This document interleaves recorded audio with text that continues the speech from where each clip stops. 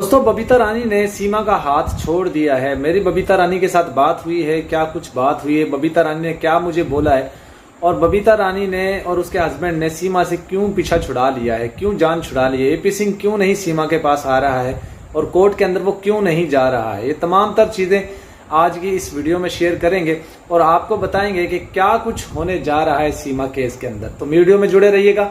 और सबसे पहले मैं आपको बताता चलूं, मेरी तबीयत के हवाले से बहुत से लोग मुझे मैसेजेस कर रहे हैं, बहुत से लोग कमेंट्स कर रहे हैं और पूछ रहे हैं कि भाई आपकी तबीयत कैसी है। तो मैं उनको बता दूं कि मेरी तबीयत ठीक नहीं है। 2-3 दिन से मुझे सांस की प्रॉब्लम हो रही है। जो लोग मुझे प्यार करते हैं, मुझे चाहते हैं, उन लोगों को पता है हमेशा मैं आप लोगों के लिए अच्छी से अच्छी इन्फॉर्मेशन लेकर आता हूँ और आगे भी कोशिश करूंगा लेकर आता रहूं। बस मैं आप लोगों से दुआओं की दरख्वास्त करता हूँ कि मेरे लिए दुआएं कीजिएगा, माही के लिए भी दुआ कीजिएगा। उसकी भी तबीयत बहुत ज़्यादा ख़राब है, हॉस्पिटल में है और इसलिए मैं कुछ दिन से जो है वो ना लाइव कर पा रहा हूँ, ना सही तरीके से वीडियो डाल रहा हूँ, क्योंकि तबीयत जब साथ ना दे फिर आप क्या कर पाएंगे। तो बहरहाल ये थी कुछ बातें जो लोग मुझसे पूछ रहे थे, बार बार मुझे फ़ोन कर रहे थे, मैसेजेस कर रहे थे, बहुत से लोग हमारे लिए टेंशन ले रहे थे। तो दोस्तों, लाइव का शेड्यूल तो मैं अभी फ़िलहाल कुछ दिन के लिए बंद करने वाला हूं, क्योंकि तबीयत बेहतर होगी तो फिर हम लाइव भी किया करेंगे आप लोगों के साथ बातचीत करके और अपना दुख तकलीफ वो भी शेयर किया करेंगे। हाँ, एक चीज़ ज़रूर है कि कल मेरी बात हुई है बबीता रानी से और बबीता रानी से और उसके हस्बैंड से, दोनों से मेरी बात हुई है बबीता रानी के फ़ोन पे। बबीता रानी से मैंने पूछा कि आप लोग अब केस में क्या देखते हो। तो बबीता रानी रोने वाली हो गई थी और वो बोल रही थी कि भाई मेरे साथ तो बुरा किया है सीमा ने, मुझे अपमानित किया, मेरी बेटी को अपमानित किया गया और बहुत से लोगों ने हमें ट्रोल किया, पता नहीं क्या क्या, हर बंदे ने अपने अपने तरीके से गलत शलत बोला। हमने किसी को पलटकर जवाब नहीं दिया, हमने किसी का क्या बिगाड़ा था। और साथ ही वो कहने लगी हमारे ऊपर 3 केसेस भी इसने करवा दिए हैं और हमें तो कहीं का नहीं छोड़ा। हम तो अच्छे तरीके से ज़िंदगी गुजार रहे थे। जब से ये हमारे घर में आई है उस वक़्त से हमारे घर में तो खुशियाँ ही रूठ गई हैं, खुशियाँ रूठ ही गई हैं और दुख और तकलीफ हमारे घर में आ रही है। हाँ, एक चीज़ ज़रूर है, मैंने फिर उससे पूछा कि मुझे ये बताएं, आप तो कहती हैं खुशियाँ हमारे घर से रूठ गई हैं, तो फिर तुम्हारे घर में इतना पैसा आ गया सीमा के आने से और इतना तुमने घर बना लिया, ये सारी चीज़ें तुमने कर लिए, कहाँ से किए हैं? सीमा के नाम पे ही तो किए, पाकिस्तानी बच्चों को ही तो इस्तेमाल करते हुए तुमने किए। तो इस चीज़ पे उसने इनकार कर दिया। बबीता रानी ने बोला कि मेरे पास जो भी पैसे आए हैं, जो मैंने अपना घर बनाया है, जो नया घर मैंने तैयार किया है, टाइल लगवाई है, मार्बल लगवाया है, सीलिंग करवाई है और कुछ और काम थे, वो मंदिर बनवाया, घर में किचन बनवाई, ये सारी चीज़ें मैंने उसके पैसों से नहीं की। उसमें तो मेरे $100 भी नहीं बने। पहली 2 पेमेंट आई थी, 2 पेमेंट के बाद मेरे $100 भी नहीं बने। ये मुझे एक नया खुलासा किया बबीता रानी ने। और वो उससे मैंने पूछा कि फिर ये इतने पैसे कहाँ से आए तुम्हारे पास? अगर पैसे तुम्हारे पास इतने पैसे आ रहे हैं तो सीमा के पास कितने आ रहेंगे? तो उसने कहा था कि सीमा के पास तो 1 रुपया भी नहीं आ रहा, चैनल तो उसका बंद है, 2-3 महीने से उसका चैनल बंद है, उसको तो 1 रुपया भी नहीं आ रहा। हाँ, अब उसने नए चैनल बनाए हैं और वो चैनल पे ऊपर वो काम कर रही है। उनमें एक विकास का चैनल भी बता रही थी, विकास का चैनल बनाया विकास के नाम से, एक उसकी बहन के नाम से, लप्पू की बहन के नाम से चैनल बनाया है। तो उनकी पेमेंट आनी है, अब उनकी पेमेंट आएगी फिर इनका गुजर बसर होगा। तो सीमा के तो चैनल बंद हुए पड़े। यही मैं आपको पहले भी बता चुका था कि सीमा के चैनल पिछले 2-3 महीने से मैं आपको बता रहा हूँ कि सीमा के चैनल जो है वो बंद हो चुके हैं। अगर चैनल चल रहे होते तो उसको पेमेंट आ रही होती। तो अब इनको पेमेंट तो आ नहीं रही, अब ये भागेंगे तो इधर उधर की बातें जरूर करेंगे। दोस्तों, एक चीज और है, बबीता रानी से जब बात की गई तो बबीता रानी ने बताया कि मेरे पास जो भी मैंने घर बनाया या जो भी मैंने पैसे लगाए अपने घर के अंदर, मुझे सीमा की तरफ से नहीं मिले।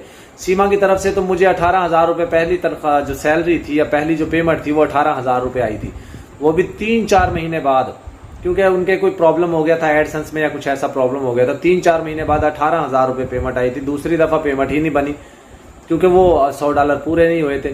तो मैंने उनको मशवरा भी दिया कि आप एक वीडियो बनाया करें, लाइव को छोड़ दें, तो वीडियो बनाया करें तब आपके डॉलर बनेंगे। फिर उसके बाद उसने मुझे बताया, एक शॉकिंग न्यूज़ मुझे बताई कि ये जो पैसे आए हैं जो मुझे, जिसमें मैंने घर में लगाए हैं, जो घर बनाया नया, तो वो हम लोगों की ज़मीन थी गाँव में, वो ज़मीन बिकी है।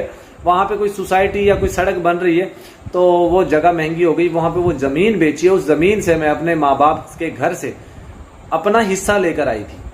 और उसने ये भी बताया था कि मेरी बहन को, जो उसकी बहन है बबीता रानी की, जो लप्पू की माँ है, सो कॉल्ड माँ है, सेकंड हैंड माँ है, जो सौतेली माँ है, वो उसको भी पैसे मिले, उसको भी उसका हिस्सा मिला है। तो फिर ये जो पैसे आ रहे हैं जिनसे ये अपनी घर बार चला रहे हैं या जो पैसे कमा रहे हैं, जो चीजें ला रहे हैं, ये वो पैसों से आए हैं।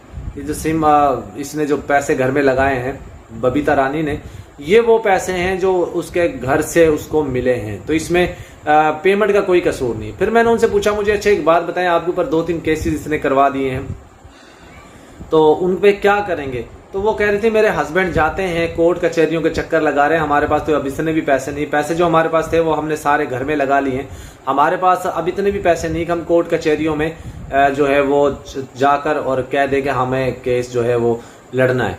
तो मैंने कहा फिर क्या करोगे? तो वो कहने लगी कि भाई हमारी जान छुड़ा दो। तुम लोग कैसे छुड़ाते हो? मैंने कहा तुम्हारे हस्बैंड ने भी मुझे पहले ऐसे ही बोला था कि भाई हमारी जान छुड़ा दो, इसने तो पानी से पतला कर दिया हमें।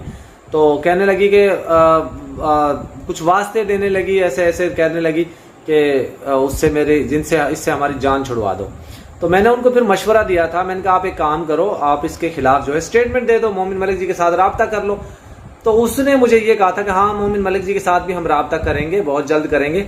और साथ ही साथ उसने मुझे ये बताया कि हम इसके खिलाफ एफिडेविट भी जमा करवाने वाले हैं। मेरा हस्बैंड जो है उसने किसी वकील से मशवरा किया है, तो उसने इसके खिलाफ एफिडेविट देने का फैसला कर लिया है। अगर मान लीजिए सीमा के खिलाफ नित्रपाल का भाई जो बाबू राव है और जो इसकी बबीता रानी है, जिसको आज चाची सास इसने कहा था कल के व्लॉग में, तो वो अगर इसके खिलाफ स्टेटमेंट दे देते हैं, इसके खिलाफ जो है वो लिख कर दे देते हैं कि ये भाग कर आई है या ये गंदी है, जो भी है वट जो भी वो स्टेटमेंट देते हैं, तो फिर इनके खिलाफ वो गवाह भी बन सकते हैं। देखिए मार पिटाई का मुझे उसने बताया कि इसके घर में वाकई ही फरवरी में मार पड़ी थी।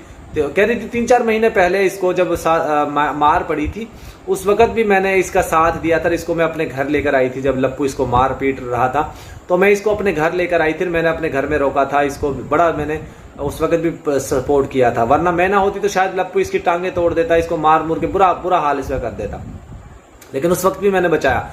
और बबीता रानी ने ये भी बताया कई दफा इनकी लड़ाई हुई है, मैंने हर दफा इनको जाकर बचा दिया, लेकिन अब हम उनके घर नहीं जाते। पिछले 1-1.5 महीने से मैं उनके घर बिल्कुल भी नहीं जा रही हूँ, मेरा उनसे कोई रिश्ता नहीं, कोई ताल्लुक नहीं है। कभी कभार कोई वो सालन वगैरह पकाती हैं कुछ ऐसा एक दूसरे को, वो देने के लिए आ जाती है, वरना मेरा उससे कोई ताल्लुक नहीं है। और वास्ते दे रही थी, खुदा का वास्ता, फलां का वास्ता, भगवान का वास्ता कि मुझे बदनाम मत करो, मेरी ऑडियो वीडियो रिकॉर्डिंग करके मत चलाओ और मेरे थंबनेल मत बनाओ। तो मैंने कहा चलो ठीक है, तुम्हारे गंदे थंबनेल नहीं लगाएंगे, बाकी अपडेट देने के लिए तो हमें लगाना ही है लोगों को थंबनेल। तो वो कहने लगी कि अच्छा ऐसा गंदे थंबनेल मत लगाना। मैंने कहा ठीक है, तुम्हारे गंदे थंबनेल नहीं लगाएंगे, अच्छे थंबनेल ही लगाएंगे तुम्हारे। बहरहाल दोस्तों ये तो थी आज की उसमें कार्रवाई। और यहाँ तक जो है जब बबीता रानी से मैंने और भी कुछ सवालात पूछे, तो बबीता रानी ने उन सवालात का जवाब मुझे कुछ इस तरीके से दिया कि मैं शॉक रह गया। अब बबीता रानी और उसका हस्बैंड जो है इसके खिलाफ कोर्ट में गवाही देने वाले हैं। आज दे दें, कल दे दें, परसों दे दें, 10 दिन बाद दे दें, बहुत जल्द वो इसके खिलाफ स्टेटमेंट देने वाले हैं। जिस तरीके से AP सिंह भाग गया, वो पंडित भाग गया और नित्रपाल ने भी एफिडेविट जमा करवा दिया, तो ये भी एफिडेविट जमा करवाने वाले हैं। दोस्तों वीडियो कैसी लगी कमेंट में जरूर बताना। मेरे लिए इस्माइल के लिए दुआ जरूर कीजिए। अब तबीयत बहुत ज़्यादा ख़राब है, इसीलिए मैं लाइव नहीं कर पा रहा हूँ, वीडियो नहीं बना पा रहा हूँ। आने वाले चंद दिनों में वीडियोज़ भी बनाऊंगा, अपडेट भी दूंगा, लाइव भी करूंगा। आज की वीडियो का एंड करते हैं। अल्लाह हाफिज़।